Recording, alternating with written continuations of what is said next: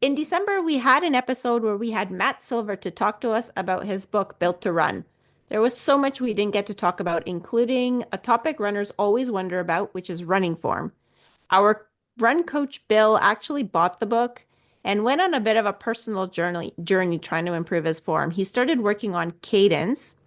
And the whole reason he started working on cadence was, I think anybody can look at Bill and say like his cadence is a bit slow. He's got kind of like this long loping sort of stride.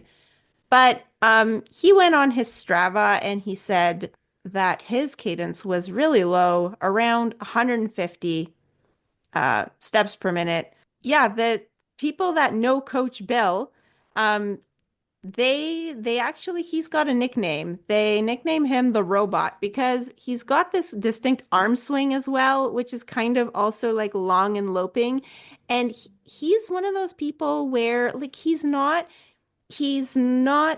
a fast 5Ker, but if he locks into a pace, he will just keep going forever. He's like unstoppable. So he got the nickname the robot for those two reasons. It's a little bit because of his distinct running form and a little bit because he is just unstoppable once he gets going. Um, and so today, Matt Silver agreed to come back on the podcast so that we could discuss two topics he feels passionate about, and that one of those topics is running form. And so he can hopefully help us with Coach Bill's running form improvement journey. And then the other topic will be breathing.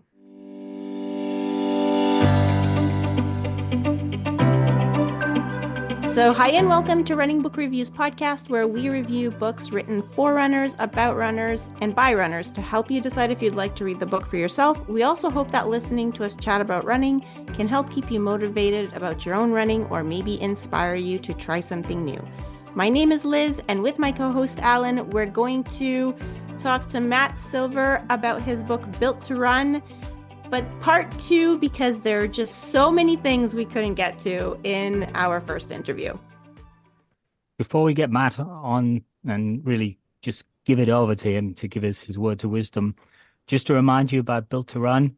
Built to Run is a book to help runners improve form, mobility, and strength so that they can run injury-free more often. Because we all know we'll eventually get some kind of niggle, but the idea is that it doesn't sideline you for months at a time. So the book, reminding you, the book has 8 chapters, but we're not going to focus on all the 8 chapters. We're going to focus basically on the things that Liz has just touched on that we didn't cover and that we were kind of disappointed not to cover last time. That being a running form and breathing, which are, two things that are not so often discussed. And, in the past, running form's been even a bit taboo, I think.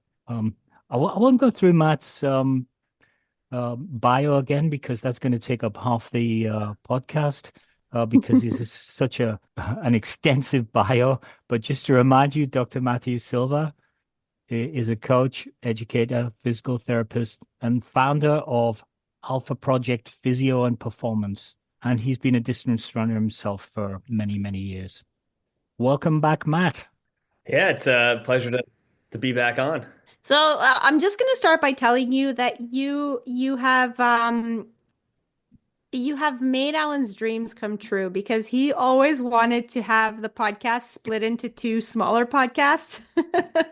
So having this part two is like as close as it's going to get. So Liz and I have always had a debate about whether we would do two-part yeah. series or not. So The debate was basically, do we split it in two and then release 2 weeks in a row, or do we have just one podcast? And I figured, yeah, but it's like one discussion. So it should be one podcast because otherwise, like, where are you going to split it? It's going to be like, okay, guys, well, we're just going to cut it off here. See you later. Don't forget to tune in next week. I feel like we would lose everybody. by having so much to talk about on Built to Run as a book, we've been forced to have two parts, and we're really, really grateful that you volunteered to come back on again, Matt, to talk about this stuff. This is the trial run for a 2-part series now. Yeah. This is the pilot. Yeah. The pilot project. Yeah. So let's talk about running form. But first, before we get into talking about running form, because Alan mentioned like it is a little bit of a taboo subject, like they're always two schools of thought. And I remember this from when I was running in university, where my coach was like, well, you don't really need to work on your running form. You just kind of like, you do drills and stuff, and then you kind of just run more. And if you run more, your body will figure out what's more efficient. And that was kind of like the school of thought. It wasn't uncommon either. This was like maybe 15 years ago. So tell us, like, has it evolved? Tell us why we should care about running form and can it be improved, I guess. That's a nice loaded question. I love it. Yeah. Yeah. Um, yeah, I think the old model, and this is when I mean, I'm 29 years old right now, almost 30, and when I was in high school, this was back in 2009 to 2012, 13. It was the same thing. I didn't I no, I just went to a traditional, but it's a public school. Nothing. I didn't go to a private school.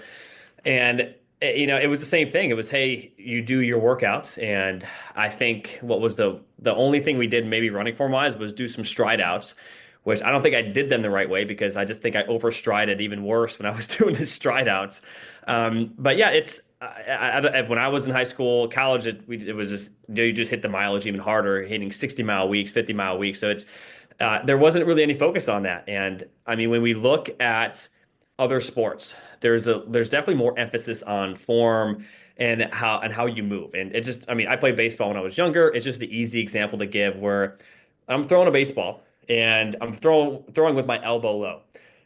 Any decent coach is going to say, "Hey Matt, pick your elbow up." Like it helps with your biomechanics, helps with your efficiency. You're going to get more power on that throw. You're going to have less stress on your shoulder and your elbow. Like it's just a healthier way to throw a baseball. Well, why are we not also correcting running form where we know there's a correct running form and a proper running form, and I'm not saying there's one perfect way you have to run. I think there's a like a bell curve of we want to be within Mm. kind of these normal parameters, and if we're too far outside of those, I think we're putting ourselves at an increased risk of not just ache or pain or injury, but we're probably also going to slow ourselves down. And just another example too is squat form. Yes, the more you squat, you're probably going to get better at it, but sometimes it's good to have someone say, "Hey, get a little bit deeper and twist your feet into the ground and don't let that knee cave in." Like it's just running form seems to be this one thing where I think we're doing a good job of it now. And my job is my job, and I want to push this envelope of we need to pay attention to how we're running. But it seems to still be this thing where go out and run, go have fun, just do it essentially. Yeah, don't overthink it. Is there a time, like, is it better for runners? Let's say an adult person starts to run for weight loss or whatever. At what point is it sort of the best? Because you don't want to overwhelm them at the beginning with things like running form, because now they're taking this activity that's supposed to be simple, that's already difficult for them because they're not fit, and then you're making it even harder. So at what point should runners maybe start to look into it or at least start caring? No, that's a great question because I think sometimes people think you can't change a running form because they may have tried themselves and it just didn't work. But you can change it anytime. I think starting out, it's a fantastic time because you haven't built up all these bad habits yet. But I definitely don't want to overload people and overwhelm them and say, here's one more thing you have to do when, hey, I'm Yeah. already like really, I already have this much time during the day. I'm a lawyer, I'm a doctor, I have a full-time Mm. job, I have three kids at home, like I got to fit this in. But when we change running form, there's a lot of things that can influence it, but the biggest one that anybody who comes in who you're overstriding, you're bouncing too much, you're weaving, which is you're crossing over, kind of like your legs are kind of scissoring, we call it. We want to give cues that are simple that don't overcomplicate it. Like the worst thing you can do, Alan and Liz, is just don't overstride and just you're thinking about it so hard. Like running is very relaxed. Like running, I think it's a very meditative. Not that I'm not a big yogi, but like to me, it's very Hmm. relaxing, and my mind can wander, and I do a lot of deep thought when I'm running, and it should be very relaxing. It's almost like when we're running, I want to bring awareness to things, but I don't want to freak out about it. Be like, I have to do this. I'm anxious about it. I'm worried about it. So a great example is sometimes when I'm running, I'll say, hey, I want you to focus on, you're running on, let's say, mud or ice. If you run on ice and you take that really big step out in front of your body, you may slip. right? Like obviously, I don't want Yeah. people to be afraid of falling, but it drives home the point of if you overstride mentally, I want to give you some cues to help you not overstride. So that's one thing that can really help someone who's definitely. I mean, if you're newer to running, it's a good cue to use. But also marching drills, which I do these all the time in the clinic here, where we're teaching people how to run the right way. And there's just drills that you can do. You can practice. It's just like it's a great warm up. It's going to get your heart rate up, going to get your muscles active, but it teaches you to land closer to your body. It just teaches proper running mechanics. So we do want to keep it simple. And if someone's like, I get it, like. Yeah. I run a business. I have a I don't know. I think he's almost 6.5 weeks old now. A 6.5 week old son, and I'm busy. But like, how can I maximize and optimize my time? Well, let's spend 5, 10 minutes, maybe even 5 minutes, just practicing these marching drills and bring a little bit of awareness when you're running. You're right that running is kind of almost the one subject where you don't learn the technique as you're learning the sport, so to speak. It's kind of you come in and for some reason don't seem to apply any technical understanding to the sport. Um, it strikes me that probably if I was a beginner, I'd want to get some aerobic fitness, so a little bit of aerobic base, so I'm not actually gasping for oxygen while I'm trying to work out all this technical stuff. So Yeah. I I think intuitively to me it seems that once you've got a little bit of aerobic fitness and you feel you can jog out without worrying about dying, basically, um, Yeah. then you can start thinking about other things. You're too distracted by your lack of aerobic fitness that becomes probably counterproductive. In your Yeah. book, you list six, I think, a sequence of six things for running form, and you actually list them in sequence. I don't know if it might be worth kind of going through them like one by one, and Yeah. you telling us so people who are listening along can go, okay, this is the first thing that I should be thinking about. Now, Oh yeah. having said that, you might not have the book in front of you, so you might not remember the sequence or the six things. But Liz has her book, so she can read them And to us. And I actually brought my book all the way from Canada to Australia, this big heavy tome, just so we could have this conversation. Yeah. Um, the, Perfect. fir- the first thing in form is overstriding. I guess putting your leg out too far in front of you. Um, Yeah. so what are the cues for that, and how do we address it? Yeah. why is that one like the best one to start with? Because I think like a lot of people start with cadence because they can measure it. It's something that you can measure. Yeah, it's the reason it's number one, and it is strategically. I put it number one for a reason. Is it's the most common running impairment, but also it's the most detrimental, especially if you're really overstriding. And when we talk to cadence, cadence is I believe it might be on there. I believe it's one of them. But the great thing about if you fix overstriding, let's say we take your stride length, I don't know, from yay big to I don't know, let's say it's a you're really overstriding, maybe like meter and a half, or like a not even a meter and a half, sorry, like I don't know, meter. Let's say you're just running a meter and you shorten it like four inches or something. Well, guess what? Now your cadence is going to go faster too. I don't know if that's like I got to refresh my memory on like the optimal kind of the optimal stride length. But yeah, if we can shorten that, well, guess what? Now your cadence is also going to go. It's going to get a little bit faster because now you're taking these shorter steps and shorter stride lengths. So so we fix overstriding. Cadence automatically will tends to go up a little bit. So when someone's coming in, they're like, "Hey, my cadence is it's 155, it's 150. I'm trying to improve this. I've been listening to a metronome. It just feels I can't get it." Like, well, let's we can fix that if we have to. But we tend to find that cadence is an issue when it's really, really slow, like 140s, 145. If you're in like the Mm-hmm. 150s, 155, it tends to be overstriding is actually what the issue is. So we fix the overstriding, cadence can fall into place, and then we can address cadence Oh. after overstriding is fixed.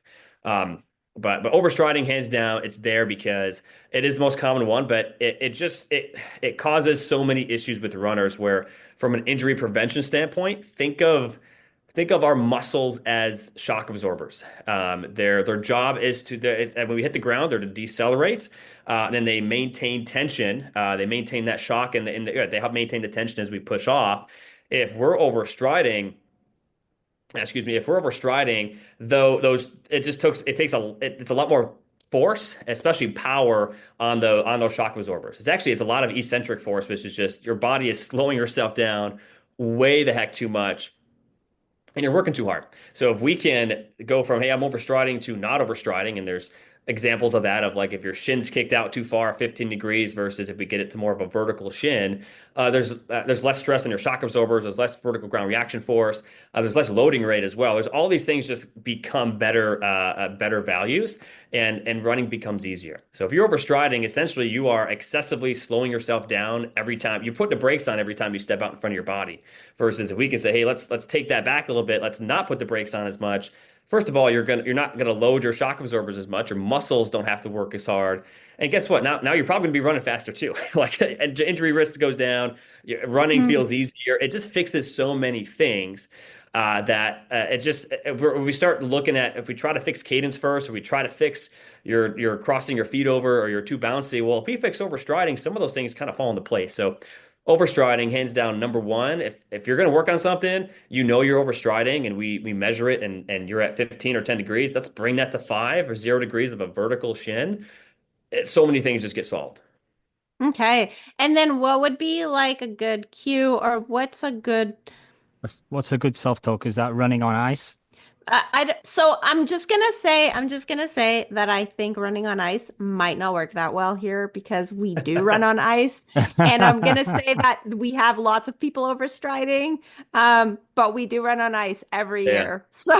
So I don't know if you have a second option, Yeah, yeah. but maybe I'll also say mud, right? Imagine you're running on okay, mud or something. That actually, okay, mud's kind of a better one because if you fall, it's not going to be as you're not going to not as hard of a surface if you fall on it. But it's just you want to think of something slick. I don't know. You're on like melted butter or something, like something that like if you take that step, you're just going to slip it out in front of your body. That it's just you okay, want to imagine like, hey, there's ice everywhere, there's mud everywhere.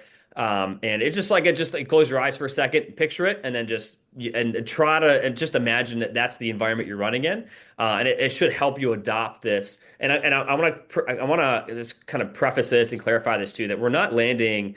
You can't land directly under your body, like right. I'm not landing like if I'm standing, I'm not landing where my legs directly underneath me, I'm not like this. You have to land out in front of your body. I just don't want you kicked out like way out in front.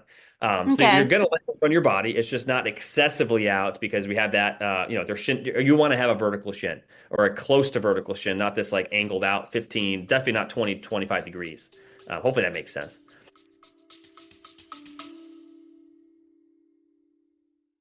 Do you take caffeine when you run? Lots of people do because it's in gels and stuff. And caffeine's legal and it's been proven to work. There's actual science that shows that it improves your endurance running performance. And there's anecdotal data from when you have your coffee in the morning and you go for a workout versus when you forgot to have your coffee or you didn't have time and you went for a workout and it was terrible. And the trouble with coffee is there's a lot of liquid just to get your caffeine dose. Yeah, so then you have to stop for the bathroom mid-workout. Very impractical, which is where Caffeine Bullet comes in. What's caffeine bullet, Liz? It's a caffeine supplement. It's wrapped up like in a candy. So, and it tastes like candy. And you can get 100 milligrams or 85 milligrams, which is about a cup of coffee, but without the liquid. So we've tried the mint flavor and the chocolate orange flavor, and they're both pretty yummy. If you want to try them for yourself, we do have a 20% off discount code. So go to the link in the show notes and you can check out what Caffeine Bullet is and get your 20% discount. Pretty generous. It is pretty generous. And we'll get a small benefit, so you're helping out the Speaking of which, back to the podcast. Okay. So actually, yeah, I think you commented on that the video that we took of our coach Bill Mhm. and his running form. So you had made a few comments, and I think that was one of them about his shin. Although I think the video wasn't quite good enough for you to see exactly if he was overstriding, but yeah, he does have kind of like a long stride. So um so I think he does. his angle looked like it was a little too much um, without conclusive video evidence. Um, so Coach Bill, that's your first cue. Yeah. Yeah, you got to work on overstriding and then your cadence will come. Um, you do actually have cadence as number two. Oh yeah. So I don't know. Yeah. So I don't know if you have any just we used to always hear this magic number 180, but so I find that like like I do run in a race. I run with a cadence of 180, sometimes higher, like sometimes Mhm. 190, depending what race I'm running. But I don't run with that cadence when I'm running easy. So is there I don't know. Am I doing it right, or the should your cadence always be the same, but your stride length shortens, or is it normal that cadence shifts depending on if you're racing or not? Great question. Yeah, cadence will, as you run faster, it tends to increase, and as you run slower, it tends to also decrease. This is the reason why if like your easy pace, you're great at an 8 minute or a 9 minute mile. Your buddy, your best friend runs at a 10 minute mile or 11 minute mile, and you slow down. Well, now your cadence is going to be a little bit slower, and you might not be used to that pace, and you're like, why does my knee hurt only when I run with my friend because I'm running slower? It's cadence could be a part of that. But yeah, that in a number 180 gets thrown around a lot. And as you like, if, let's say you're training for your marathon or whatever race you're training for, your easy pace is maybe your cadence is like a 168 or 165. And then when you do your tempo workouts, your interval workouts, it gets up into the 170s and maybe it's close to 180. It's just as you run faster, you can just handle you're turning over faster, so you're just going to handle that faster cadence. As you get also is what we find in the research is more experienced runners, the cadence doesn't have as much of a kind of this big stretch kind of spectrum of different cadences. It's shortened. It will decrease when you're running slow and it increases when you run faster.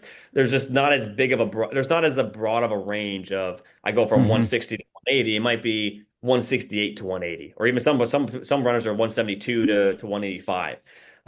So as we become, just, I don't know, if we're an elite runner, it's a little bit less. It's a shorter window versus Yeah. myself. I know my cadence is probably around 165 on easy paces, and then when I get faster, I get it into the like mid 170s. So it's almost But as if the cadence is dialed in, and just as people get faster, their strides get longer and longer yeah, for the yeah, the stride experts. will, and think of stride too as it's like you can have a long stride. Like overstriding is technically a misnomer. It should be called overstepping, like from one step to the other. You can have a long stride of like when my right foot hits the ground to when it hits the ground again. That can actually be really long. It's like when it's the distance between my right and my left leg. Like that's what we don't want to have. Like the step length is technically overstepping, but you can have a long stride and still have this fast turnover cadence. Which I could be fun in the Olympics. I think that the 180, I believe it was Daniel's running formula, which is I read that when I was in like middle school, high school, where I think Hmm. Jack Daniels, he was like, I'm just going to look at all these elite runners and Hmm. take the average of their cadence. I think he took like, was it 5K and 10K? Maybe it was, I don't think he did. I don't know if he took the marathon as well, but he found the average was 180. I'm like, yeah, of elite runners. We're not all elite runners. Hmm. We might not all, we're not running, for a 10K, we're not running 450, I don't know what they're running, 440 miles, whatever they're running for their 10K. We're not Yeah. running 430 mile or 420 miles. Or the average runner's not doing that. Like we're not going to be hitting those faster paces. Maybe we run a mile and we can run that fast. Maybe back in high school when I was that fast. But yeah, so 180, it's attainable. When you're running faster, you can hit it. It's just I don't want people to think I'm running my easy pace. I got to hit 180. I'm like, no, no, no. You don't have to hit that, but it is important because if it's too slow, think of running. Running is jumping. It's a single leg alternating hop over and over again. I was thinking about this in traffic driving here. I want to talk about this because I've been thinking about it recently. I truly believe running is the Cadillac. It's the Cadillac of cardio, where kettlebell swing. I love kettlebell swings. They're great. Hmm. The echo bike. There's the ski erg. There's the rower. All these different Yeah. cardio machines we have. Swimming. I think running is the Cadillac of cardio because it's so demanding on your body. Running is literally single leg. You're jumping the entire time. It's single leg hops forwards over and over and over again. And when you run a 5K, right, most people's stride length is around, or excuse me, step length. It's around a meter. It's around 1 meter. So if you run a 5K, it's 5,000 steps that you take. You run a 10K, it's 10,000 steps. Run a marathon. I mean, that's I mean, how many kilometers in a Lots marathon? of It's steps. 42. yeah, it's like yeah, 42, 40 yeah. something thousand steps. So and that's when we look at running, we're like, well, why do people get injured so often? You're taking 40 so thousand steps in a marathon. It's actually you're jumping 40,000 times. Yeah. So we have to make sure that's dialed in. But also when we jump, we know if we spend too much time on the ground, we're going to use a lot more muscle energy versus we want to use our tendons and our fascia to essentially it's like a spring that has a time limit on it. We stretch the tendon, and if we contract in a quick enough time, we get a lot of free energy. Okay. Walking to an extent as well, but running is all about free energy. We want to get as much free energy out of our body, and optimizing cadence will help with that. So, and one more thing to point out too is running is I think it's around 200 to 250% of your body weight, force equivalent every step you take. So which is I mean, I weigh 150. That's like me doing single leg squats with make 150 to maybe 225 on my back. And you're like, well, how could we do that over and over again? It's because of all that free energy. We get that free energy. If we slowed running down, it makes it a heck of a lot harder. So really dialing in cadence can do wonders for how easy running can feel, but also just keeping injuries away. And so how would you try and improve your cadence? Like, would you every time you go out try and think about it or have a metronome, or do you do it in smaller chunks, or do you do it like just for certain types of workouts? Um, yeah, how do you like measure it, I guess? Because I know our coach, he uses the data. I guess it's the data from his watch, but it gets uploaded to Garmin, so he'll go and he'll look at like his average cadence for the run. And his goal is to try and make it better, and he has made it better. But I don't know, like is there a better way to measure it, or is there a better tool to use to help improve the cadence? Yeah, you guys asked $1 million questions. I love it. Um, So number one with cadence, we can't focus on cadence until we fix overstriding. So if we want to really work on cadence, like we have to look at overstriding first. Like step number one, fix overstriding. Then if we still want to work on cadence, I mean, typically if it's in like the 160 easy run 160 or above, that's fine. You can improve it.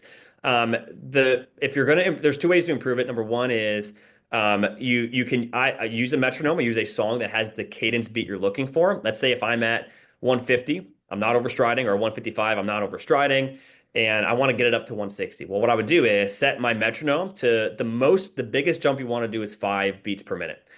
If I'm at 155, do not set that sucker to 170. Do not set it to 165. Set it at the Okay. most to 160. I would even do 158. Like you have to get used to these small jumps, Yeah. and just become efficient at it. Just practice it.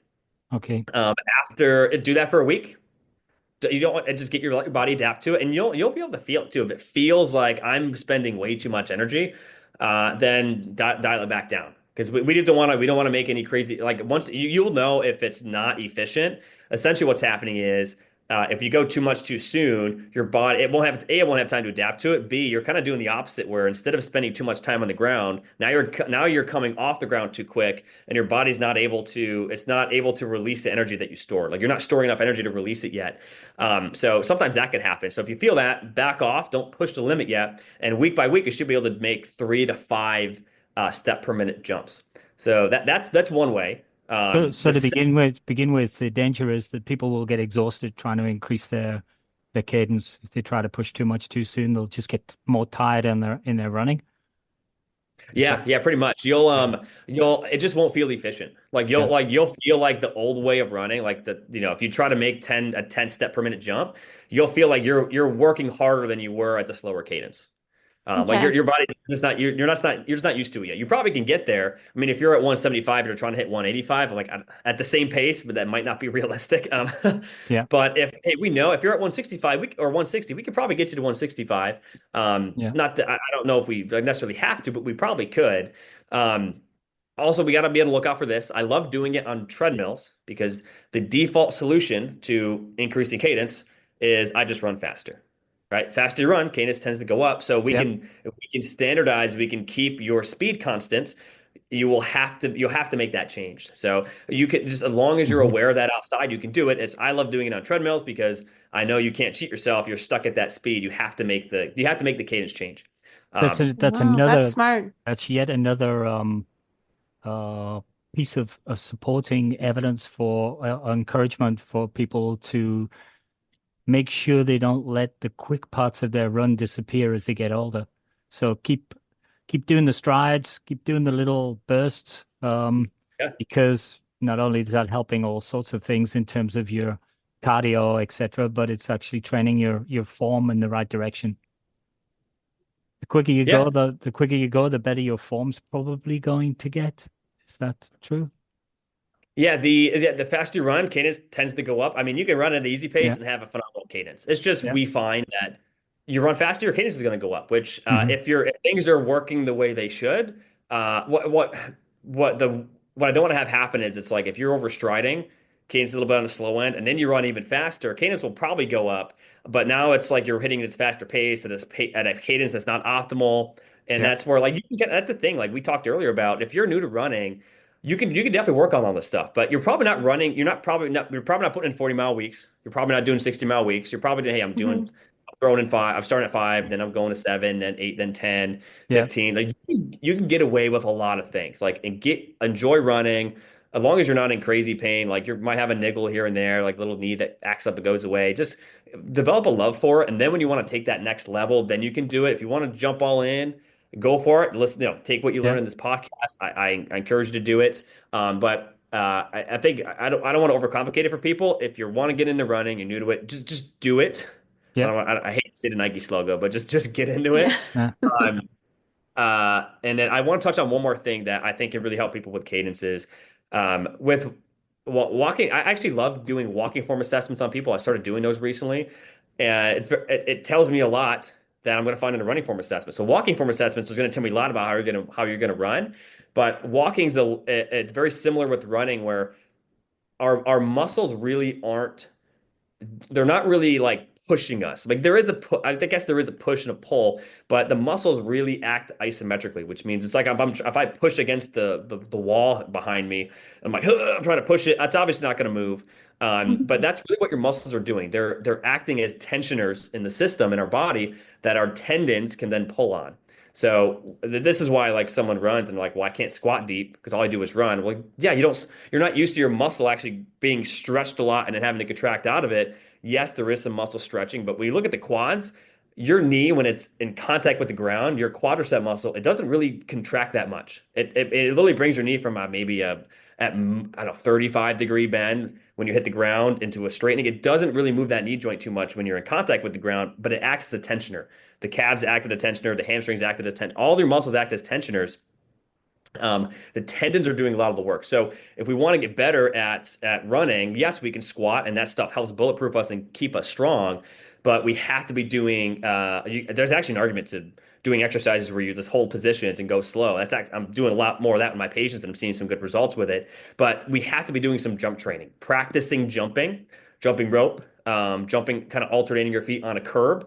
Great for bone density as well. But we have to train our tendons to get used to jumping. And guess what? If we get better at jumping, we can handle these faster cadences. It's gonna help you just remember all that force on your body. If we can get better at jumping, our tendons are going to be taking all that force and our muscle, and we don't have to work as hard. Our tendons and our fascia, they're giving us all this free energy. If we can just dedicate some time to jump training, strength training is important. We want strong muscles. We have to have them because they're the tensioners in our body. But we have to have tendons that are, especially the Achilles tendon, everything that is robust and just strong in our body. So tendons huge for if you want to improve cadence, start doing some jump training. Okay, yeah, and you do have a section in the book all about like plyometrics and you have fast and slow, and I think we talked about that last time, so people can always check that out. Yeah, all of that's pretty cool. In fact, I've learned quite a lot just listening to us talking. The thing that I used to that I've always said to people around about cadence is um, the old rock lobster drill from Born to Run 2. Um, Chris McDougall says, "Okay, put rock lobster. You're 29-year-old, so you don't know rock lobster by the B-52s, but Hey, I'm 44 and I didn't know what the what rhythm that was either, the so the I don't rhythm of know. it is exactly 180. So Mm. if you just play that and you jog on the spot to it, you automatically get into the right cadence. the trouble with that, and then off you go, and then you play the song in your head, and Mhm. you run along with that. So it's your built-in earworm metronome. The trouble with that I've heard here is if you're already much slower than that, you're actually making too big a leap. So you'll need to Sure. if you want to use the patented Chris mu McDougall music method. earworm approach, you'll need to choose some A songs slower that song. have, yeah, you got it. You need to choose some slower songs to begin with.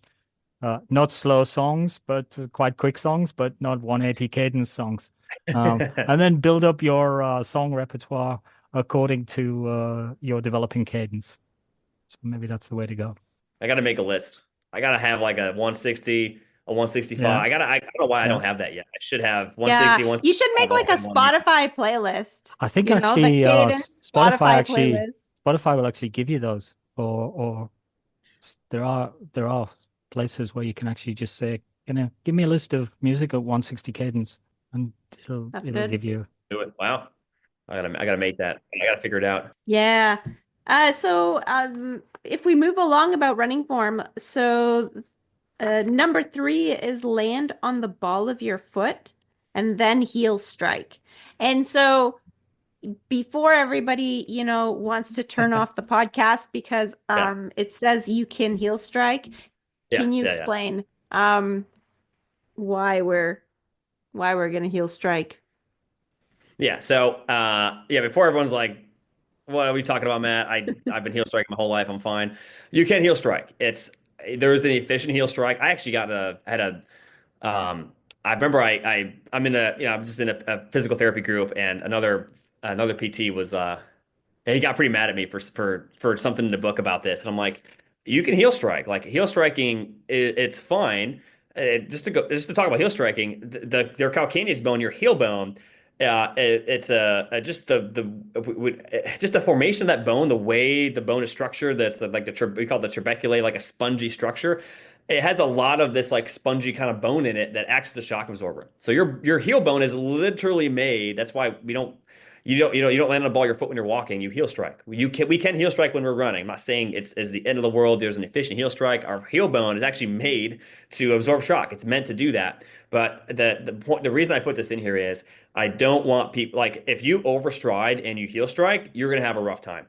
If you overstride and you forefoot strike, you're also going to have a rough time. Probably not. It's still not good. It's just when you hit the ground and you overstride and you have this aggressive heel strike, your ground reaction force it shoots up, and you have it's actually a ground reaction force isn't even the worst of it. We call it loading rate. It's the force on your body. We can handle a heck of a lot of force on our body. The problem is when that force happens too quickly. That's where it's the speed of the force that tends to break tissues down and cause injuries.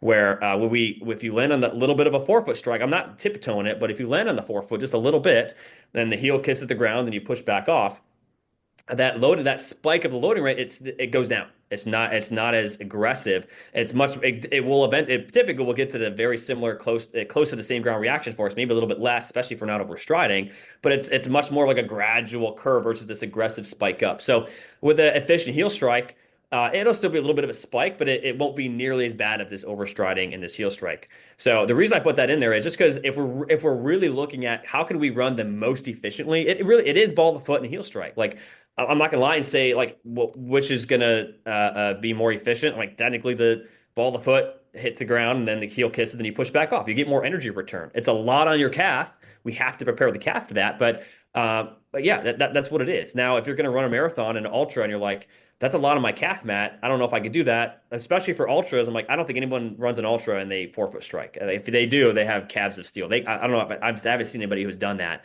They have an efficient heel strike, and that it is 100% acceptable to do that. But yeah, I've gotten some slack for it. I'm like, I know you can heel strike. I just want to put this in here because I want to highlight. If you're like, I still don't get it, Matt, just try this at home. Take your shoes off. Just start jumping in the air, like just both feet jumping. Find a cadence that works for you. I don't care what the cadence is. Don't even care about it. Just kind of be nice and springy, and then land on your heel, right? It will immediately get rid of all that springy energy. And when you're sprinting, like they're landing on the ball of their foot, Hmm. and think their heel kisses the ground. It looks like the heel kisses the ground. But that like I want to get it to be as springy as we can. And technically it is ball of the foot. 5K, 10K, even marathon. I think it's realistic. You just have to train your body to be able to handle it. Now, I have a 55-year-old patient right now. I was in Florida. I treat him virtually. I see him virtually, and he has some cat. He tried to. He went from these higher cushion shoes to more minimal shoes, but also made the switch to forefoot running. He's having some calf issues. I'm like, hey man, maybe we're doing all this great stuff. Your calf's getting stronger, but he had a flare up again. I'm like, maybe let's actually not forefoot strike. Let's go back to let's have an efficient heel strike. It doesn't work for everybody. So I want to find what works for you, but it is realistic. And for a lot of runners, we can do this. We can have this forefoot strike.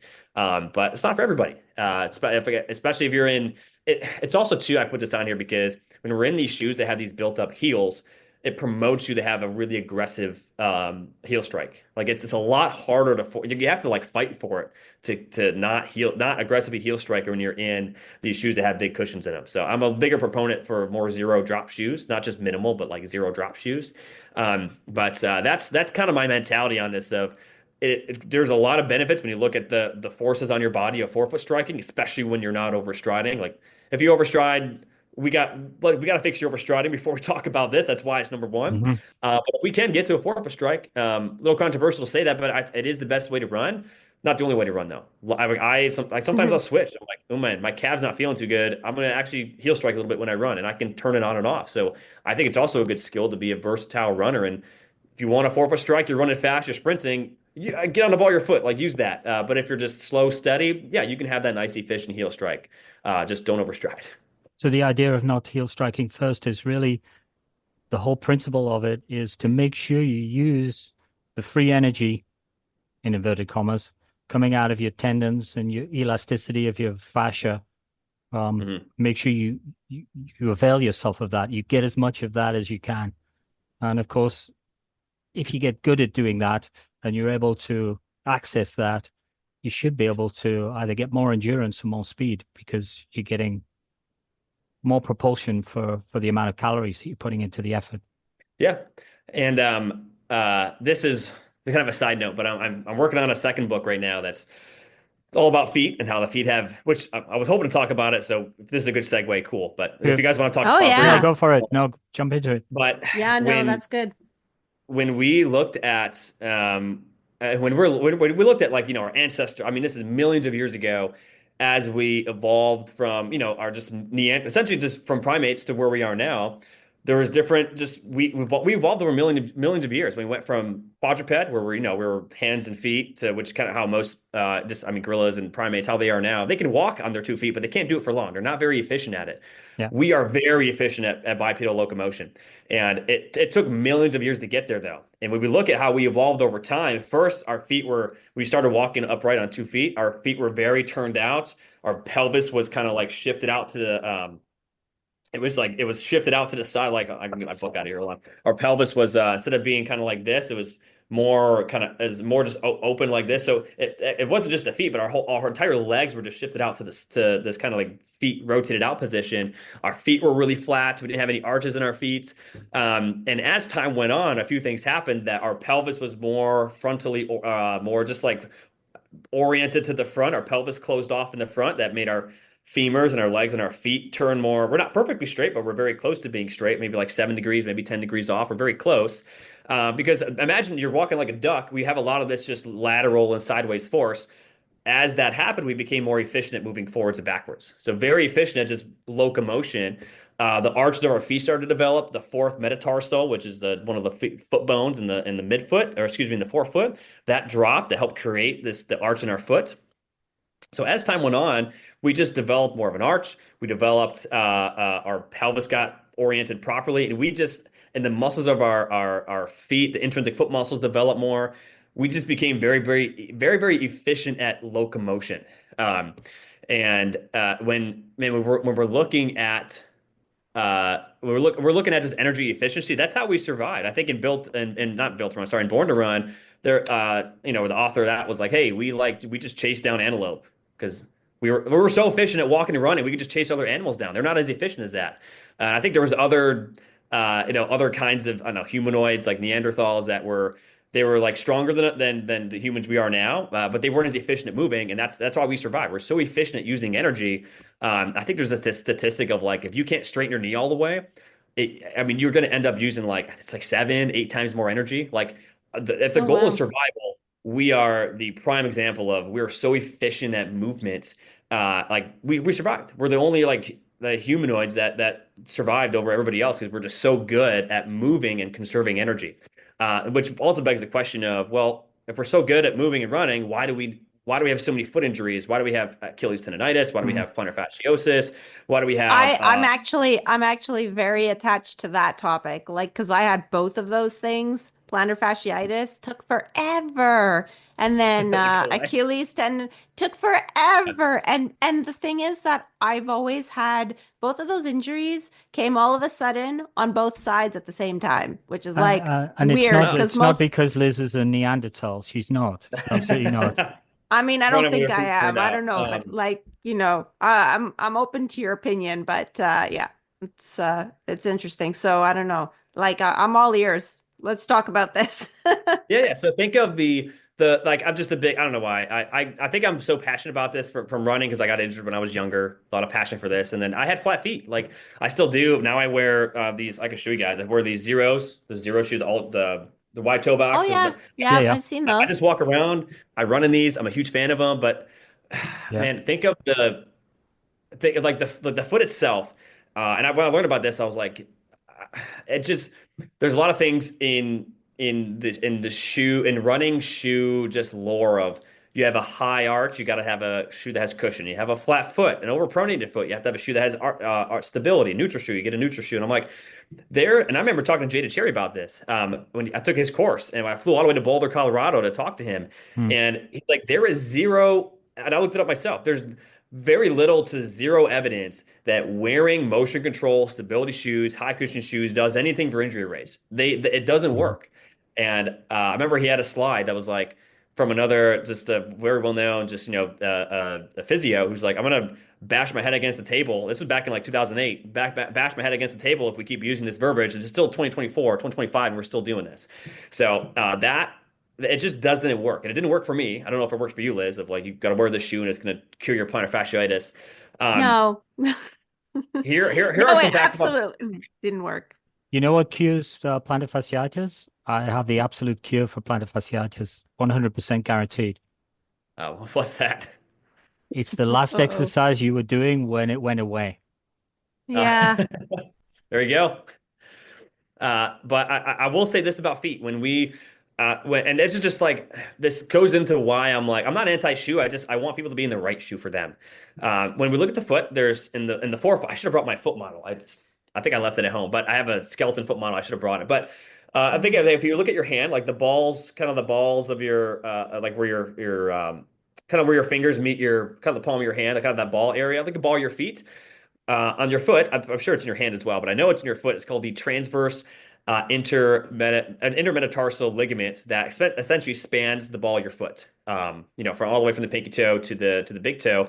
That ligament, its sole job, it creates some stability in the forefoot for sure, but it senses stretch.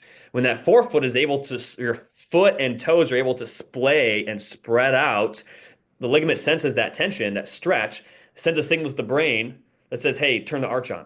Hey, stiffen the midfoot," which is where the transverse arch, and the inside and outside and medial lateral longitudinal arch are. So if we're in shoes that are too stiff or too narrow, calling Nike out for this because their shoes are notoriously narrow. Like we should in shoes that are too narrow, Mhm.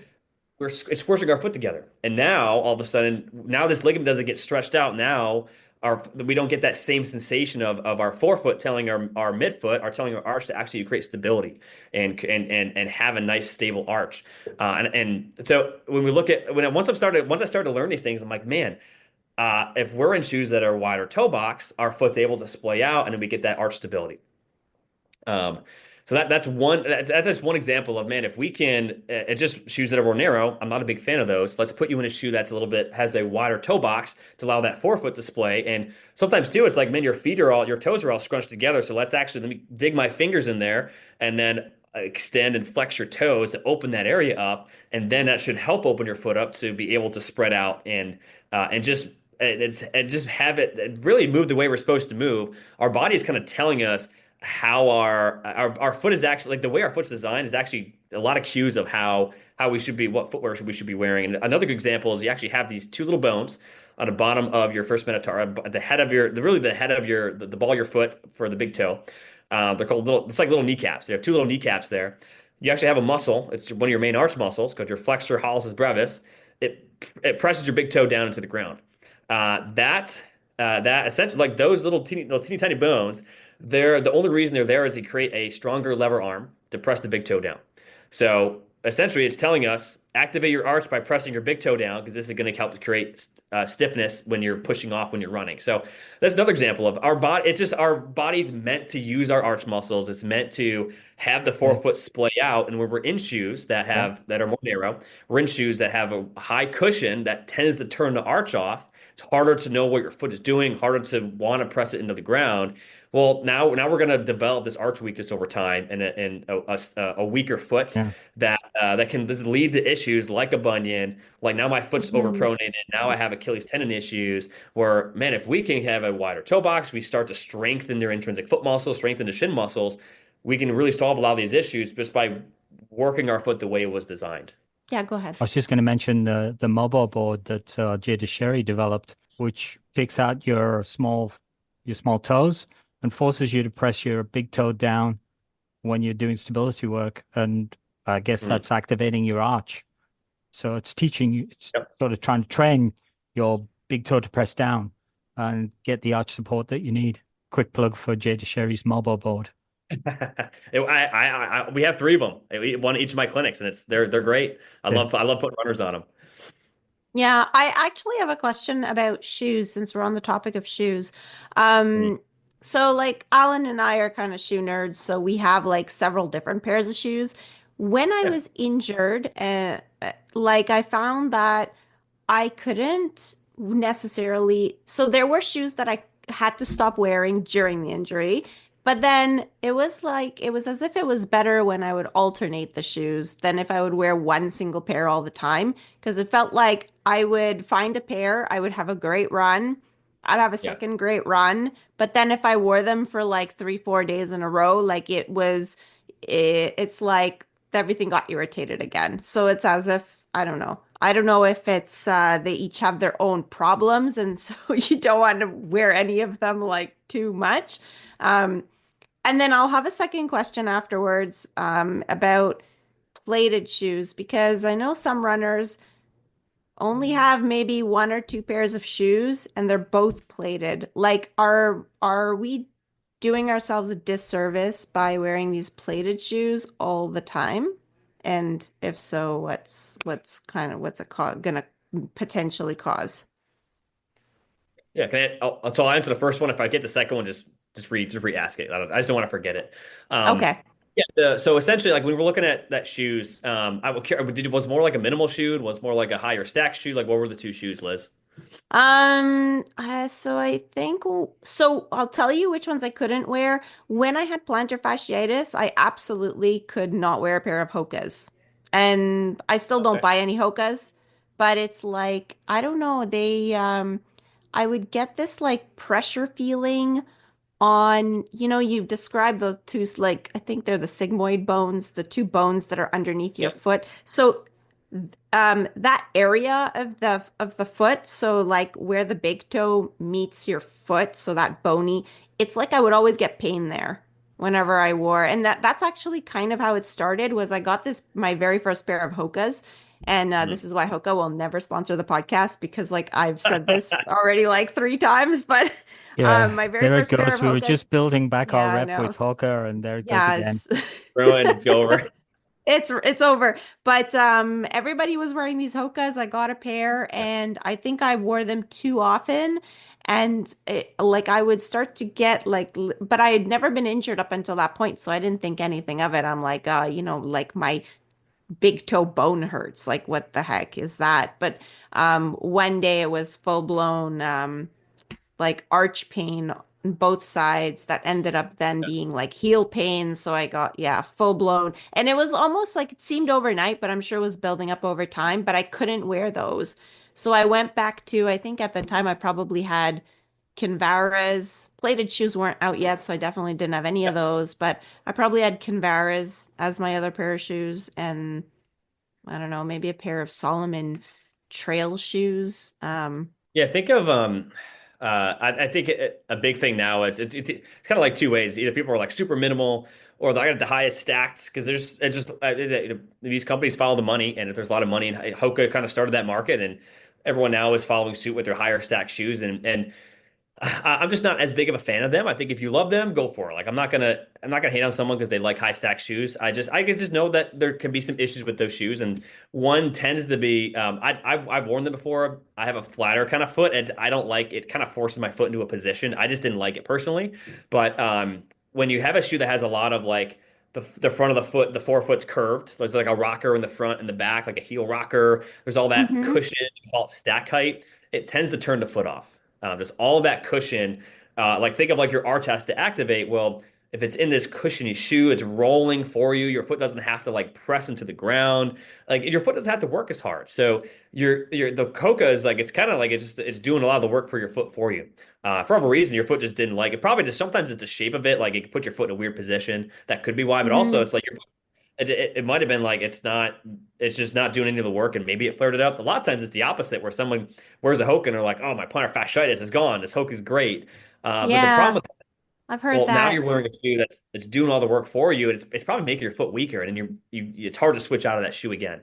But then on the opposite side too, we have shoes that are more minimal, or sometimes people run barefoot, which is, if you have to climb it for that, great. Just don't step on glass. You can do it. Just be aware where you're running. But that takes a lot of. You have to have you have to have a strong calf. Your foot muscles have to be active. A lot of things have to be going right for you to handle that. You have to be practicing pressing your toe to the ground and having just your arch muscles have to be active. And if we're not ready for that, which happened when I think I was a freshman in high school when the Five Fingers came out, the Vibram Five Fingers in 2008, 2007, and Hmm. people got injured because they went from traditional running shoes to that with no training. And it blew up in Vibram's face because I think they had all these lawsuits. I don't even know what happened to it, but that's kind of the issue. It's almost like I went from this cushion shoe. It's like squatting with no weight. So I'm going to throw 200 pounds on a barbell and try to back squat it. Well, dude, you've never squatted over 100 pounds before.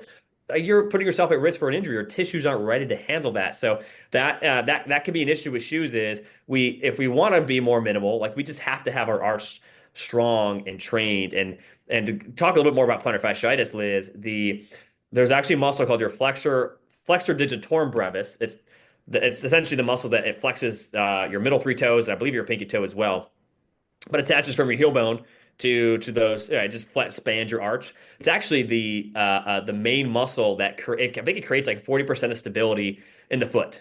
So it's a massive just foot stabilizer of stiffness.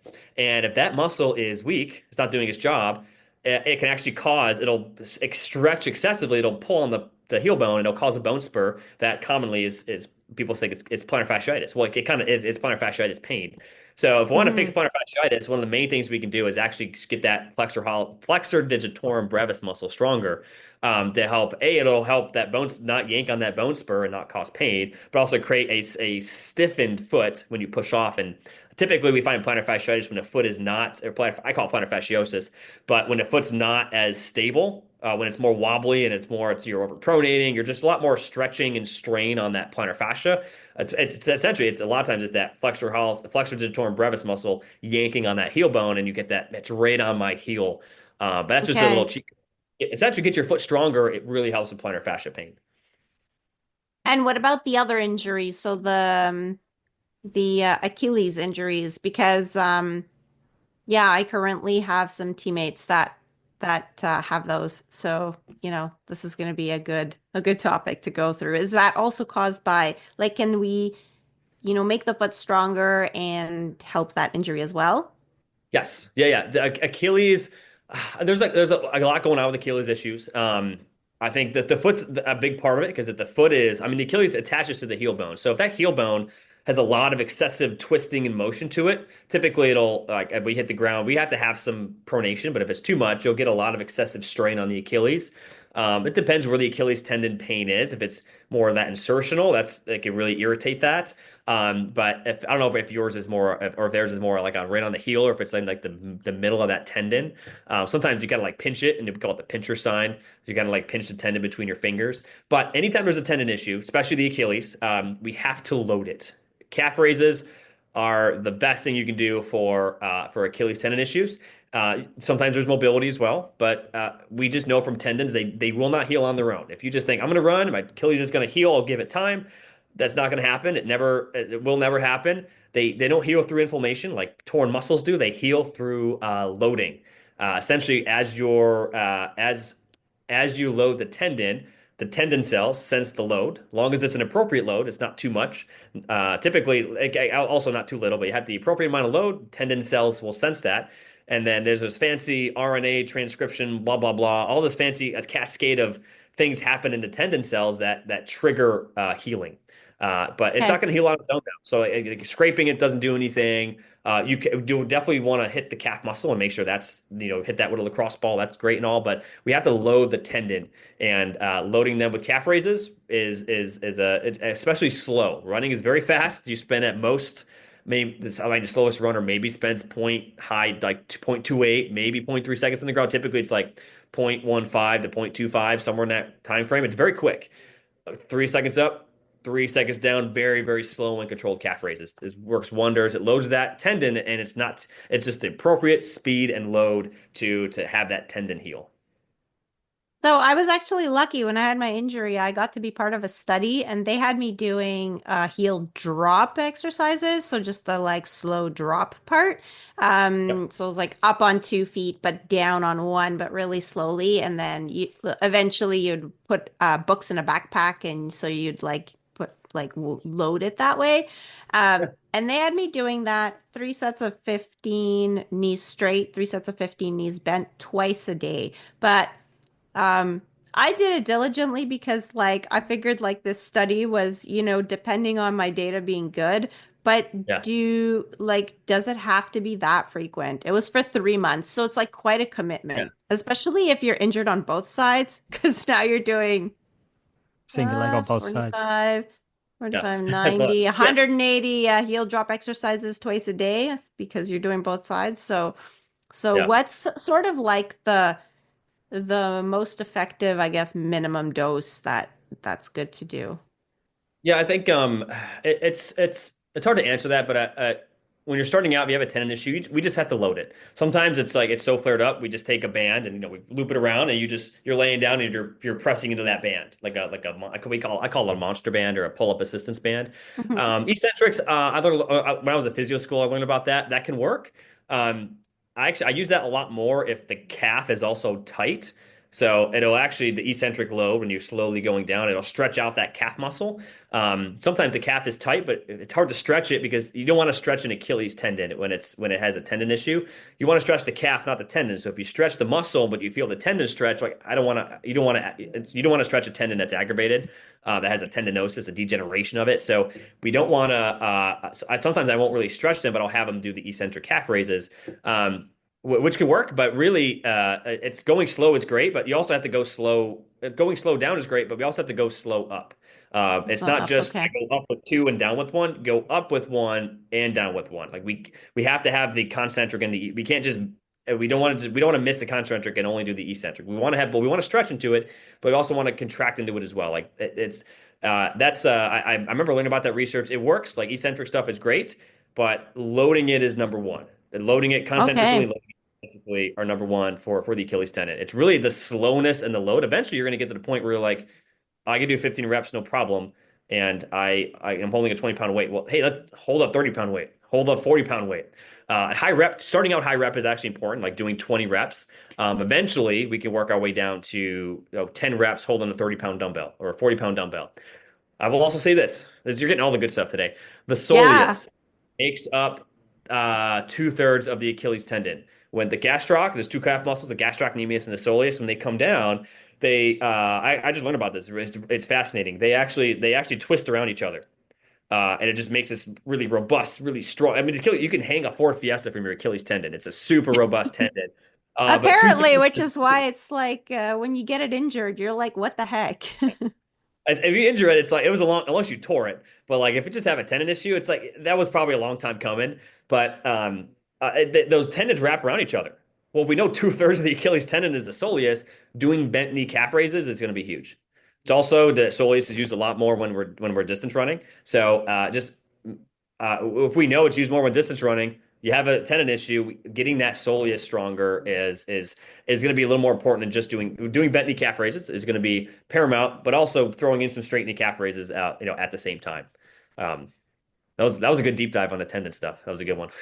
Okay, Yeah, so you've had I'm prepared to be injured multiple again. free I know what to do. consultancy on your injury. Thanks Your for the tendon. free physio consultancy, Matt. Um, but fantastic. Maybe, and we've had all the feet discussion. Maybe I could just pass us back into the form, and we could finish off Yeah, the form items. And yeah, yeah.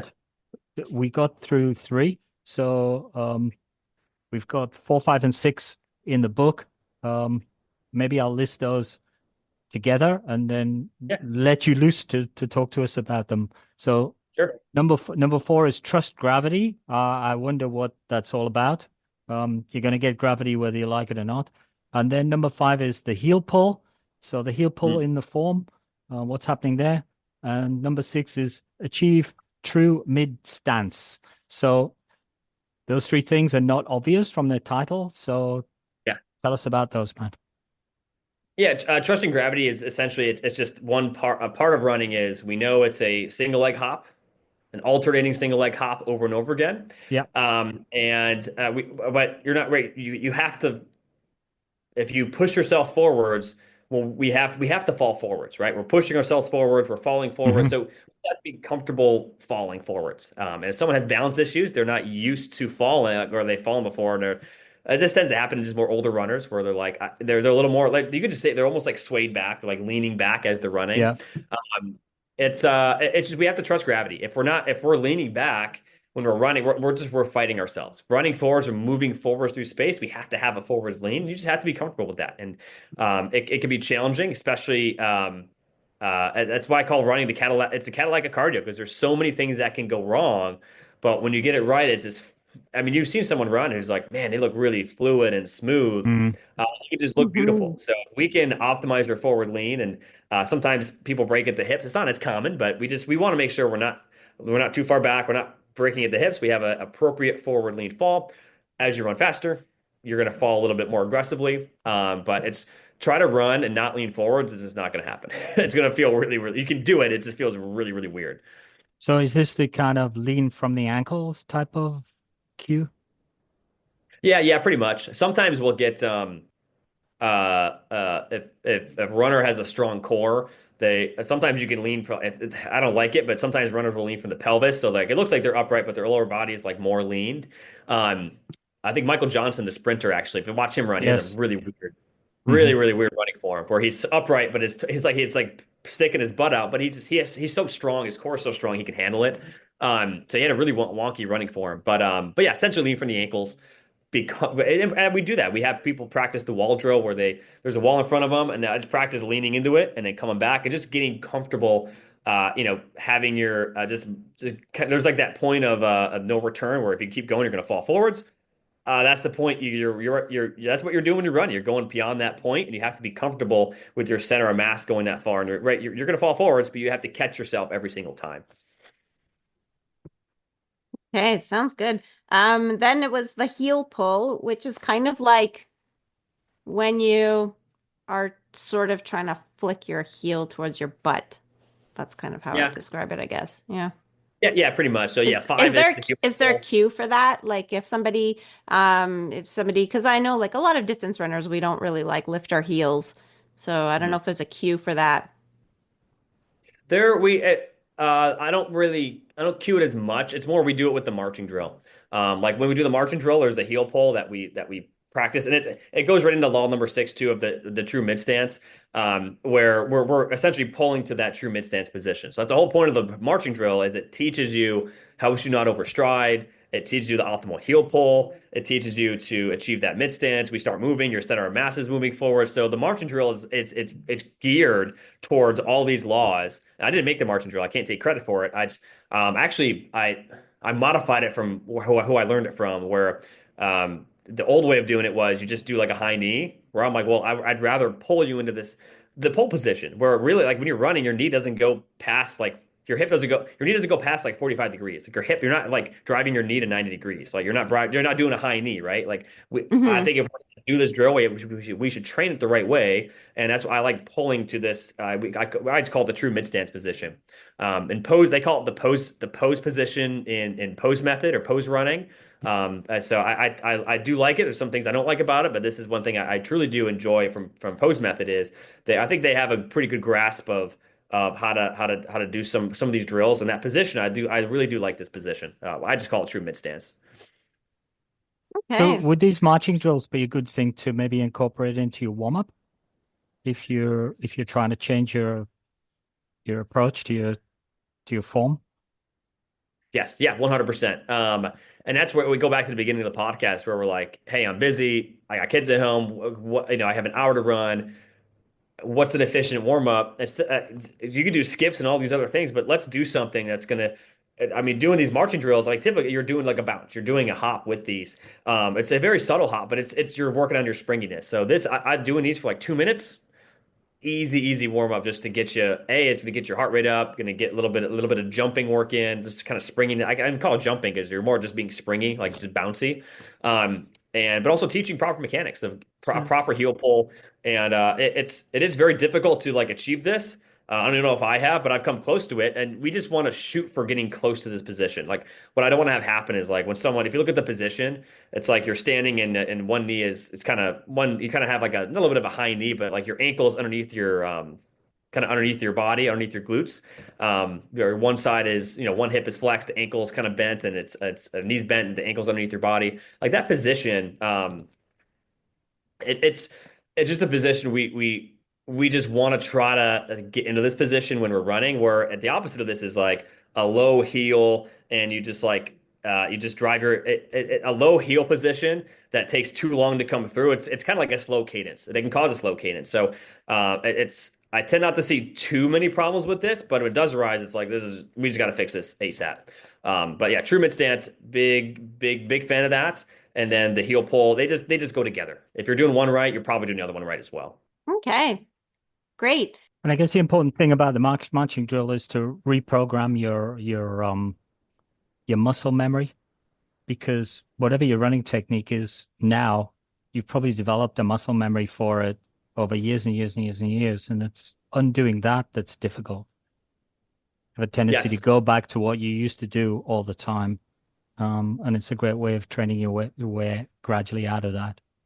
Yes, it can be challenging, and I forgot where I heard this from, but I've taken this to heart too. When we have, let's say you have tight hips, right? Like your body's going to adapt to your software is going to adapt to the hardware that you have. So if you have really tight hips and you really can't get you can't extend your leg behind you, you're going to you might compensate by stepping farther out in front of your body, and that feels normal to you. And if we give you all these marching Mm. drills and cadence cues of hey, don't imagine you're running on mud or ice. Well, we could do that, but then imagine now, well, I can't land in front of my body. I can't get my leg behind me because I'm tight. Now we have this weird shuffling gait pattern. So there's a lot of other things that can influence running form, which is why, I encourage people to try this stuff at home. But hey, you might have really tight hips, and if we don't fix the hip mobility issue, and if we try to not overstride, well, now you have there's just no stride at all, and now that's going to cause even more issues. So there's a lot of other things that can influence running form. Hip stiffness is probably a major one. But that's why we want to really take a holistic approach with this, where, hey, if you don't have any stiffness going on, we can just jump right to marching drills. We can give you some cues. That's great. But when I evaluate somebody, I'm like, we could do a running form assessment, but I'd rather do an evaluation on you because I'd rather see what's tight, what's weak. Where are these impairments? Because that's going to influence what I see in the running form assessment. I might see you're overstriding, but sometimes I just don't know why you're doing it. So I love running form assessments. They give us a great picture of what's going on, but sometimes they lack like the kind of the detailed, kind of zoomed in view of like, well, why am I seeing this? And essentially, if we look at it, hey, let me get you on the table. Let me see how you're moving. How far back does your leg go? Let me explore this a little bit more. Yeah, that sounds great. Maybe we can shift a little bit to something that I don't know if a lot of people really talk about when you talk about running, unless you're a beginner. So beginners will often comment on, oh, I don't know how to breathe. And my answer to them in the past was like, well, you just have to like gain some fitness because you're out of breath because you're not fit yet. Um, but you have a whole chapter on breathing, so what's the deal with Yep. that? Yeah, and I've seen a good chunk. I haven't seen any recently, but I've seen it. It motivated me because I had like a stretch of like a good like 3 months where I had a patient with asthma who like running was a little bit like just breathing was challenging. Another patient where like just couldn't catch her breath. So I had a good string of a patients where I'm like I need to include this in the book. I almost didn't include it, but I'm like let me take a deep dive into it. I'm glad I did because I learned there's some great stuff in there. Um, there a couple, I guess, where do I start with this? A couple things with breathing is, I guess we can start with just how we breathe. And when I run, saying, "Hey, only breathe from your nose," very challenging. I can do it when I'm walking around. I'm not working out. If you're working out and running and you only breathe through your nose, that can be very challenging, especially if you've never done it before. But there are a lot of benefits from nasal breathing, and a big one is releasing of I hope I say this the right way. I haven't said it in a while. Nitric oxide. It's just, I believe it's nitric oxide. It's just a big vasodilator that it just opens up your passage, opens up your airways, opens up your nasal passages, just opens everything up. So when you breathe through your nose, you're promoting airflow. You're promoting inhaling and exhaling. It's instead of things restricting, it keeps things open. So if you're someone who's like they have asthma, I'm like, hey, breathing through your nose should only help things. So that's one thing is asthma or no asthma, we should be inhaling and exhaling at least partially through our nose. And I used to do this weird thing when I was younger of like, I would like breathe through my nose and my mouth. I'd breathe like it was really loud and obnoxious on my cross country team. They knew every time I was coming, they knew it was me. But I think I have some very slight deviated septum. It's just So air goes in you one were the side. guy everybody hated because Oh yeah, you'd be yeah. running behind them going, ah, ah, ah. Well, not, maybe not that loud or not that obnoxious, but it was just like it was just a weird breathing thing I did. But yeah, if you can, it just if you can keep your airways open, like breathing through your nose helps. But like it can be challenging for people because like, hey, if you have a septum that's deviated, or like if I do this, like one side's easier for me to breathe in and out. Getting the nasal strips, like you put the nasal. Hmm. I Hmm. don't even have the real ones. Every time I want to use one, we just use like the breathe right strips. Like when you're actually sick, Yeah. um, Yeah. you can breathe. But they work. They work really well. And if I do that, I can actually run and breathe in and out through my nose. It helps it. It's still challenging, but I like doing it because I know I get that benefit, but B, restricting a little bit of I don't want to I gotta make sure I say this the right way. A little bit of like training, having a little bit less oxygen coming, the restricting a little bit of airflow can be beneficial. I don't want to talk about that yet. I'll get to that one in a second. Second thing I want to, or second, that one, I'll get to that one third, I guess. But second thing is there's something called the double breath. That's, this is, how do I say this? When I had my weird running pattern in school, when I was in college and high school, I still have it. I still do because I know the benefit of it. It sounds like this. It's like, I don't know if you guys ever heard someone running like that, but it's Like called a double. in I two, think I out one, have. in two, Yeah. out one. Yeah, it's a bigger. It's the first inhale is a little bit longer than the second one. Like, but that double inhale, it's been. I just adopted it because I think I sucked at running. I never. I just. I wasn't very good at it, but then I just slowly adopted this breathing, and for some reason it made me feel like I wasn't suffering as much. And there's research behind it now that shows when you do the double inhale, it helps keeps your lungs from collapsing. When we're running very hard and working hard, and we're hitting these faster paces, like tempo work, marathon pace, you're running a marathon. When we're breathing that fast and heavy, sometimes our lungs just they get overloaded and they just collapse. Like they're not as open as they should be. Well, if they collapse, that's less oxygen getting in there, less CO2 getting out, and it's not as much. It's not as efficient, or there's less gas exchange in our bloodstream. Where this double inhale has been shown to keep the lobes of our lungs, the alveoli, inflated. So Oh, wow. sounds weird, but that's how I sounded when I was running. It was obnoxiously loud because I was nose and mouth. But I still do it. I did Murph last year. I didn't do as much running. It's just a CrossFit workout. You run a mile with a weight Yeah. vest, do a bunch of push-ups, pull-ups, and air squats, and you go run again. And it was like a switch. I wasn't doing it. I was like half. I think I was a half mile in. I was like, oh, this sucks. And then I did and I think I did five of those, and I was like, ooh, this feels so much. It feels a lot better. Um, but that's so a lot of times too. Someone has problems finding like they're like I just don't know how to breathe when I run and I'm out of breath. Well, try to double inhale. It's like for me that works out. It might be a little bit slower, a little bit faster for you, but the double inhale tends to anytime I'm running and especially just push myself even a little bit, I tend to adopt the double inhale. Okay. And is this something kind of like the form, like working on form? Is this something that you should start working on at the beginning, or should you like get fit first and then work on it later? What's your experience with that? I don't know if you have any, but just Yeah, in I think case. that's a good question. I didn't like in my journey, I don't think I adopted that until few years of running. So Okay. I think I just naturally kind of came upon it. I don't know if I'd want to force some. I could just do it now naturally. I don't think I'd want to force someone into that. They can try it, but unless you're really having some breathing problems, I mean, there's other stuff we can do too of training the breathing muscles to be just stronger and more efficient. But yeah, like falling into a breathing pattern, sometimes I feel like it has to kind of come naturally. You have to find what works for you and practice. It's practice. One thing where you practice running, your breathing should go along with that. But if you're really having problems, like man, I am out of breath by like 1 mile. I'm like, hey, try to double inhale. That might get you through, and then you might not have to do it as often on easy runs. But if you're like, hey, I'm struggling, I can do a half mile, and I'm just out of breath. Try to double inhale. That might help keep the lobes of your lungs inflated, and you can continue the exchange of oxygen and carbon dioxide. Is it true that some people sort of get into a breathing and they get out of breath because they've gone into a subconscious sort of inhale exhale, which is not using the full range of their lungs. Basically, they're just doing very shallow inhales and shallow exhales, and then they're wondering why they're not getting enough oxygen. And they go, "Oh, I get out Yeah, of breath a lot." Is that true that that happens for some people? yeah, I think that could definitely be the case. I haven't seen too much of that, but there is a part of the book where I actually grab these monster bands and I wrap them around my lower ribs, and it acts as resistance to inhaling. So if that's the person, I'd actually say let's do some like let's strengthen the diaphragm, which you can strengthen a diaphragm. It takes typically it takes the strong band to do it. Like it's not going to be a wimpy band.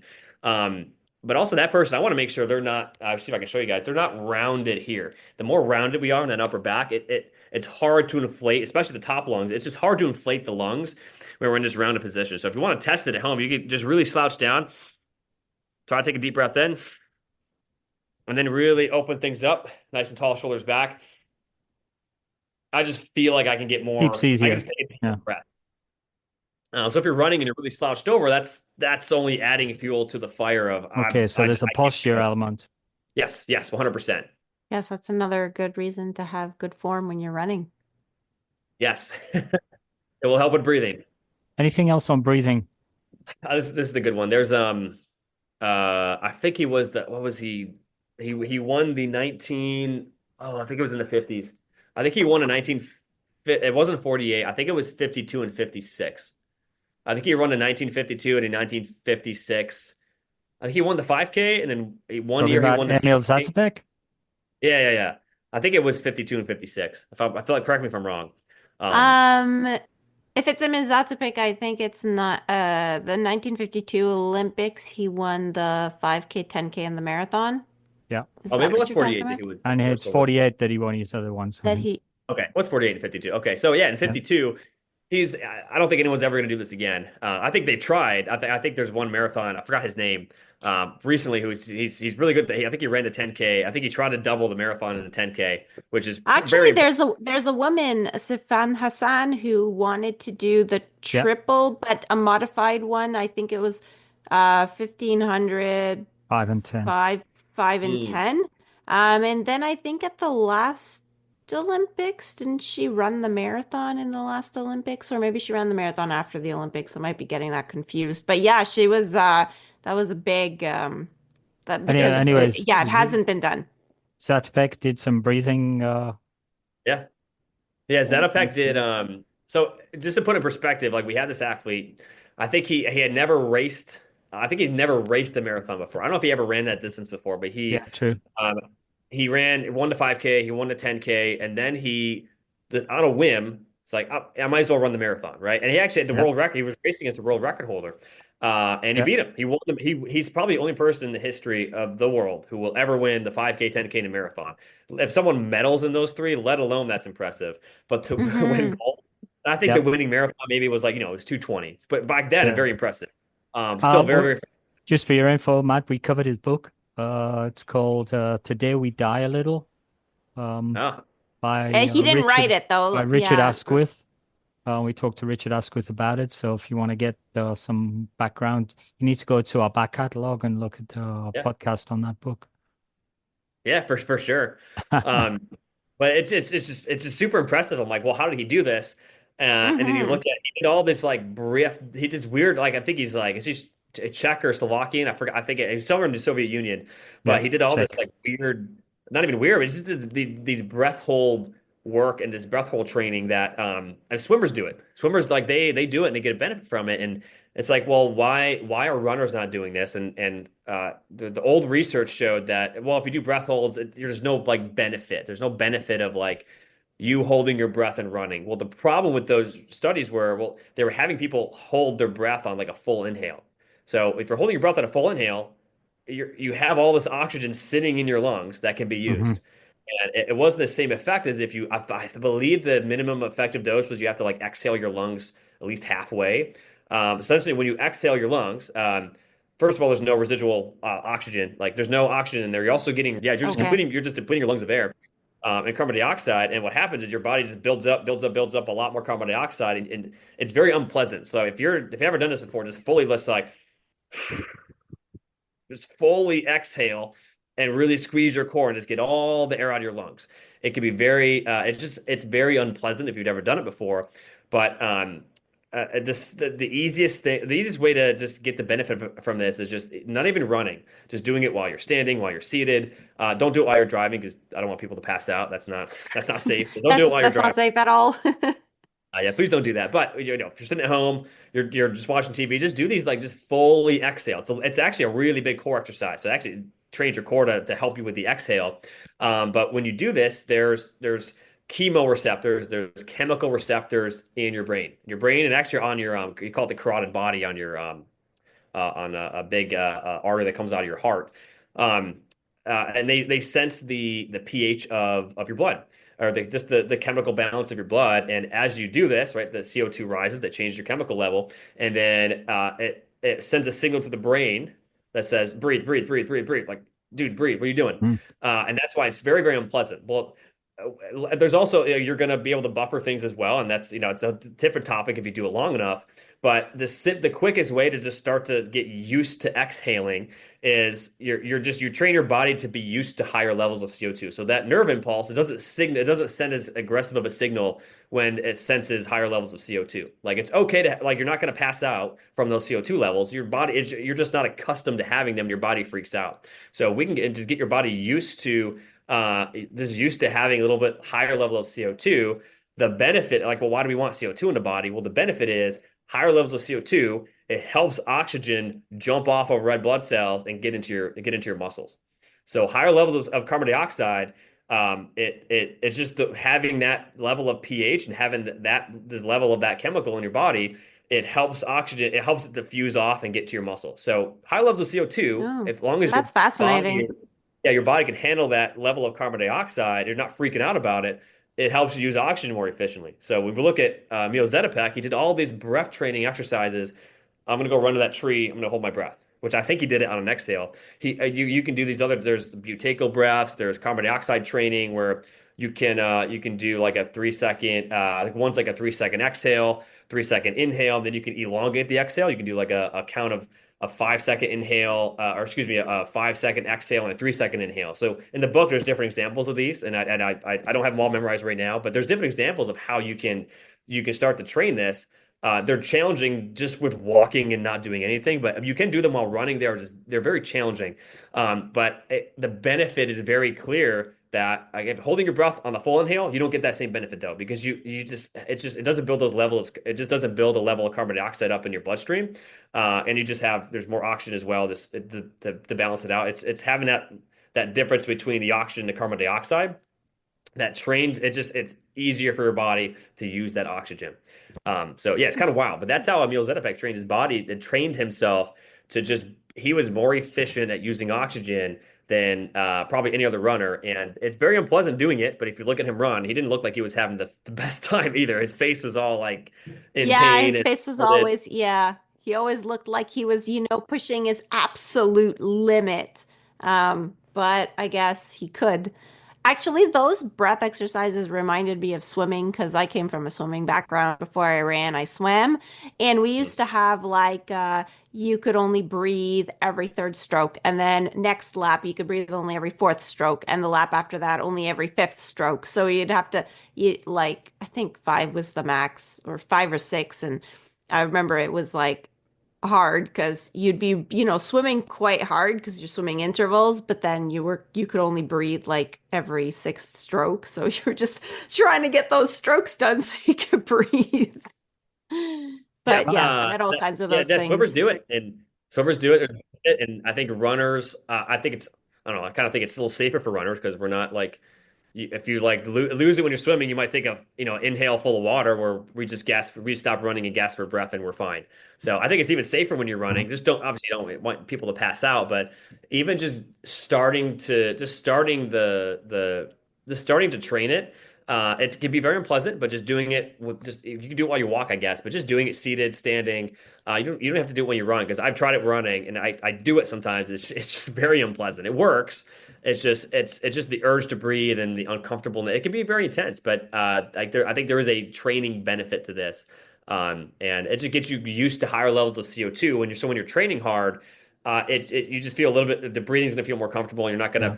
gonna. It should help with just hitting faster paces as well. I guess to bring us full circle with respect to our first podcast, um, while you're doing your splits stretch, armchair stretch or whatever we called it, Your couch uh, your stretch, the couch couch stretch. Couch stretch. While you're doing your couch stretch, you can do your exhale breath hold at the same time, and you get double training, and you get to watch Netflix while you're doing it, That or whatever. that is that's Yeah. a good way to. If you're a big multitasker, go for it.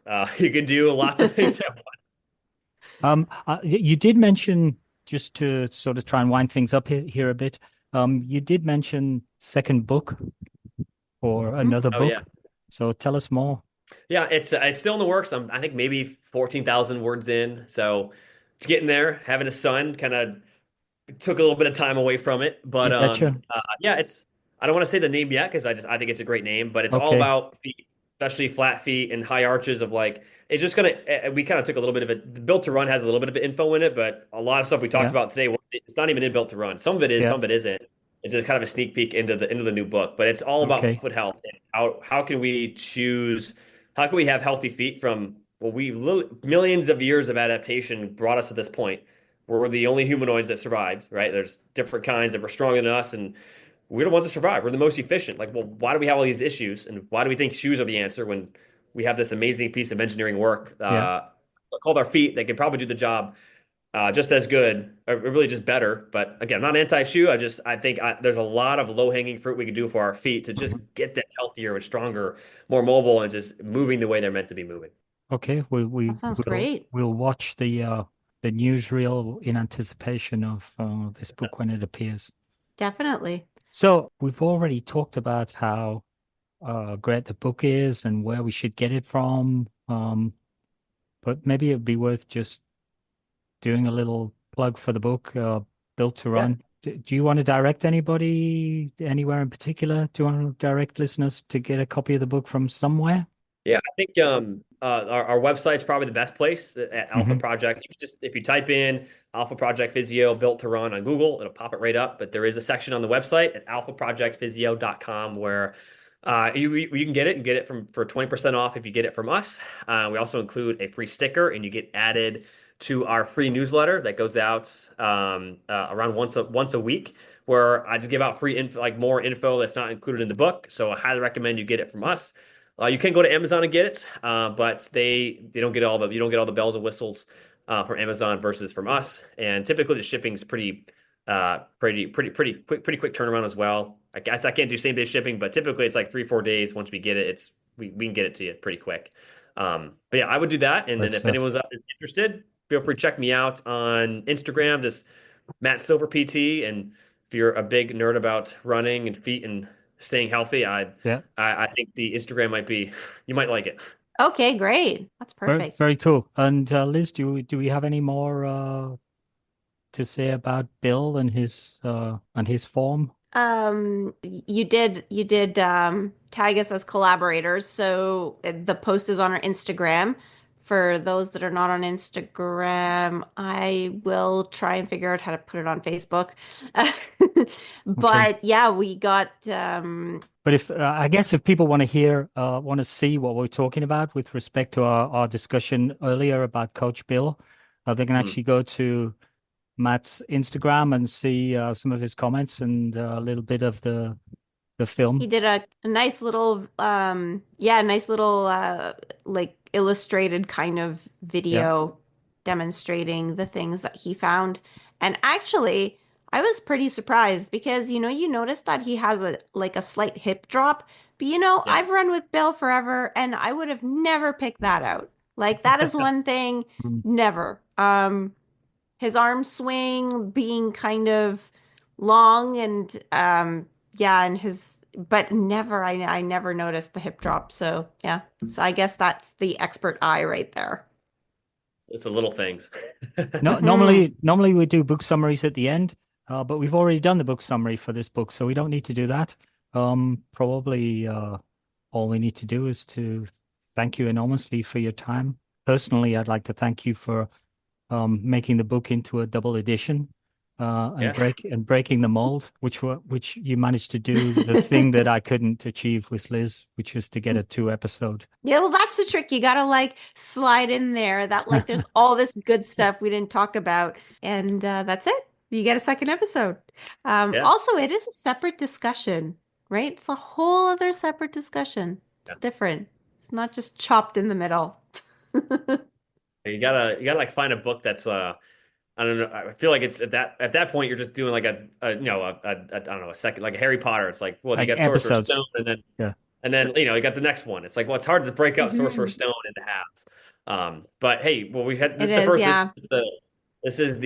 this is the break in the dam, Alan. For you need one break and then the floodgates are open for. I like that. I like that. And Matt, I guess your cast is the Harry Potter of our podcast. I guess I'll Yeah. take it. I'll take it. Could be worse. Yeah. Yeah, but we're very grateful for you coming back on and like we love the topics you proposed are ones that are very usually very much discussed by runners, at least the form part is, and it was nice to kind of take a deep dive and demystify it a little bit and also maybe shine a spotlight on, the fact that runners probably should pay attention a little bit more than they want to. That not everything can be fixed by just running more Ks, which is what we all want to do. We just want to run more Ks. Yeah, and hopefully I don't get any nastygrams about the heel striking part of the book. Well, you did repeat many times that it's okay to heel strike. I Yeah, think totally actually that fine. it's written in the book too. From memory, I think you mentioned like if you're running an ultra, like you'll probably be heel striking and it's normal. I don't know, something like that. I guess it's probably worth repeating. Just enjoy your running, and if you want to try to improve, pick the first thing and focus on it a little bit and try to improve that. Don't try and do everything that we've just discussed um, all in A one lot. go. Hmm. That could be not very fun. Okay, Right? Very good. we're Sounds done, I good. think. Do you want to do an outro, Liz, or do we need an outro for today? No, I don't think so. I don't think we do. Yeah. Anyway, we can decide that once just- Matt's I'll just- gone. I'll just put our music on after the thank you that we've already done with Matt. I'll just put our music on the end.